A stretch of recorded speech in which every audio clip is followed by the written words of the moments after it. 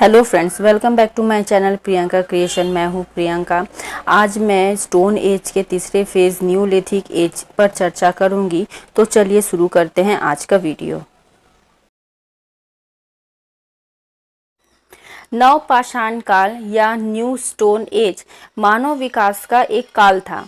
इसका समय काल लगभग 7000 से 2500 ईसा पूर्व माना जाता है। इसे लार्ज स्टोन एज मॉन्यूमेंट भी कहा जाता है। यूनानी भाषा में न्यू शब्द का अर्थ होता है न्यू और लिथियस का अर्थ होता है स्टोन। यहीं से न्यू स्टोन एज शब्द की शुरुआत हुई। इस काल की सभ्यता भारत के विशाल क्षेत्र में फैली हुई थी। सन 1860 में ली मैसूरियर ने सबसे पहले इसकी खोज उत्तर प्रदेश की टॉस नदी घाटी से प्राप्त की। नवपाषाण युग में मानव गांवों में रहते थे। मानव समुदायों ने भूमि पर खेती की और मवेशियों को पालना शुरू किया। कृषि और पशुपालन ने उत्पादक अर्थव्यवस्था को जन्म दिया। सबसे पहले अनाज में जौ का उत्पादन देखने को मिलता है। वे कपड़े पहनना शुरू कर दिए थे।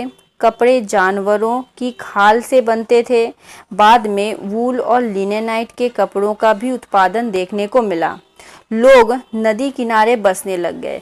उन्होंने अपना जो घर और अपना जो कस्बा था, कुनबा था, बस्ती जो थी, वो अब नदी किनारे में उन्होंने बसना शुरू कर दिया था। इस काल से टेराकोटा के बर्तन, पॉटरी और फर्टिलिटी फिगर भी मिलते हैं। नियर ईस्ट में न्योलिथिक की कृषि विकास, वास्तुकला में प्रगति और मिट्टी के बर्तनों के उत्पादन के आधार पर इसे 3 चरणों में विभाजित किया गया। पहला था न्योलिथिक 1, जिसे प्री पॉटरी न्योलिथिक ए भी कहते हैं। दूसरा है न्योलिथिक 2, जिसे प्री पॉटरी न्योलिथिक बी कहा जाता है। और तीसरा है न्योलिथिक 3, जिसे पॉटरी न्योलिथिक कहते हैं। तो इसका पहला जो फेज़ है न्योलिथिक 1, उसका समय काल 10,000 ईसा पूर्व माना जाता है। सबसे पुरानी मानव निर्मित पूजा स्थल यहीं से मिलते हैं, जो 25 एकड़ में फैला हुआ था, जिसमें जानवर, कीड़े मकोड़े, पक्षियों के साथ खंभों में नक्काशी देखने को मिलता है। ये जो साक्ष्य हैं ये हमें टर्की से प्राप्त हुए हैं। न्योलिथिक फेज़ 1 का सबसे इम्पोर्टेंट जो काम था वो था खेती के तरीके यहाँ पे देखने को मिले, जैसे कि कटाई, बीज बोना। पौधों तथा जानवरों के वर्चस्व का विकास भी न्योलिथिक फेज़ 1 से ही देखने को मिलना शुरू हो गया था। न्योलिथिक का फेज़ 2 जो है उसका समय काल लगभग 8800 ईसा पूर्व माना जाता है। इसकी मुख्य विशेषता रही कि यहाँ एक या कई कमरों के साथ आयताकार मिट्टी ईंट के बने घर मिलते हैं। अब मनुष्य जो था घरों में रहना शुरू कर दिया था, घरों का निर्माण करना शुरू कर दिया था। आर्किटेक्चरल प्लान होना धीरे धीरे शुरू हो गया था। पालतू जानवरों का अधिक से अधिक उपयोग और औजारों में उन्नति भी देखने को मिली न्योलिथिक फेज़ 2 में। वास्तुकला में जो घटनाक्रम देखने को मिलती है, इससे यही पता चलता है कि मनुष्य जो है अपना स्थायी स्थान बनाने लग गया था।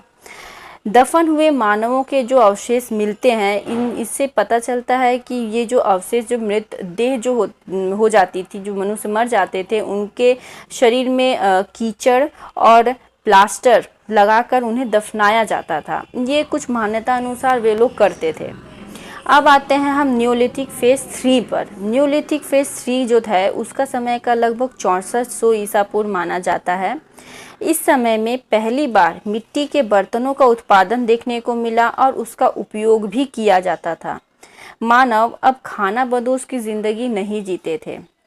जिस तरह से पहले हमने देखा पैलियोलिथिक और मेसोलिथिक में कि मानव जो था वो पैलियोलिथिक में तो पूरी तरह खाना बदोश की ज़िंदगी जीता था, एक नोमैडिक लाइफ जीता था। पर धीरे धीरे जैसे जैसे समय बदलता गया, पैलियोलिथिक से न्यूलिथिक पर का जो समय था, जिसका जो विकास का समय था, उस समय अब धीरे धीरे मनुष्य जो थे वो घरों में रहना शुरू कर दिए थे, कुनबा बनाना शुरू कर दिए थे। तो अब न्यूलिथिक में लोग जो थे खाना बदोश की ज़िंदगी भी छोड़ दिए थे। अब उनका एक स्थायी स्थान हो गया था, घर बनाना शुरू कर दिया था, घर में रहने लग गए थे और खाना जुगाड़ करने लग गए थे और खेती भी करना शुरू कर दिए थे। चीनी मिट्टी के बर्तनों का उपयोग खाद्य पदार्थों को संग्रहित करने के लिए किया जाता था। भोजन और पेय पदार्थों के उपभोग में उपयोग की जाने वाली प्लेट, कप आदि वस्तुएं भी देखने को मिलती हैं। भारत में इस सभ्यता के प्रमुख केंद्र कश्मीर, सिंध प्रदेश, बिहार, झारखंड, बंगाल, उत्तर प्रदेश, आंध्र प्रदेश, छत्तीसगढ़ आदि राज्य हैं। अब रुख करते हैं न्योलिथिक एज की शिल्पकला की ओर। तो यहाँ की शिल्पकला पर कुछ परिवर्तन देखने को मिलते हैं। तुर्की की सीमा के पास पूर्वोत्तर सीरिया में एक पुरातात्विक स्थल है। यहाँ नवपाषाण संस्कृति का पहला स्थल माना जाता है, जिसे बाद में हलाफियन संस्कृति कहा गया। यहाँ से ज्यामितीय और जानवरों के डिज़ाइन के साथ चित्रित चमकता हुआ एक मिट्टी का बर्तन मिलता है, जिसमें कम से कम 1 या 2 रंग देखने को मिलते हैं। इन्हें पॉलीक्रोम भी कहा जाता है। चीनी मिट्टी के इन चीज़ों के अलावा हलाफियन संस्कृति ने पके हुए मिट्टी और पत्थर की महिलाओं के मूर्ति का भी उत्पादन किया। हाँ, उनके उरोज और उदर को इम्पोर्टेंस दिया गया है इन मूर्तियों में, क्योंकि उनकी यह मान्यता थी कि महिला जो है वह प्रजनन का एक रूप है। पॉटरी यानी बर्तनों में हरा, काला, ब्राउन कलर का यूज़ देखने को मिलता है। ज्योमेट्रिक फॉर्म्स देखने को मिलता है। एनिमल, बर्ड्स और ह्यूमन फिगर भी देखा जाता है पॉटरी में। इसके बाद ही कॉपर एज यानी कैल्कोलिथिक एज की शुरुआत हो जाती है। तो ये थी न्योलिथिक एज की शिल्पकला। आपको आज का ये टॉपिक कैसा लगा, मुझे ये कमेंट बॉक्स में कमेंट करके ज़रूर बताइएगा। तो मिलते हैं नेक्स्ट वीडियो में एक नए चैप्टर के साथ। तब तक के लिए आप स्वस्थ रहें, सुरक्षित रहें। वीडियो को पूरा देखने के लिए धन्यवाद।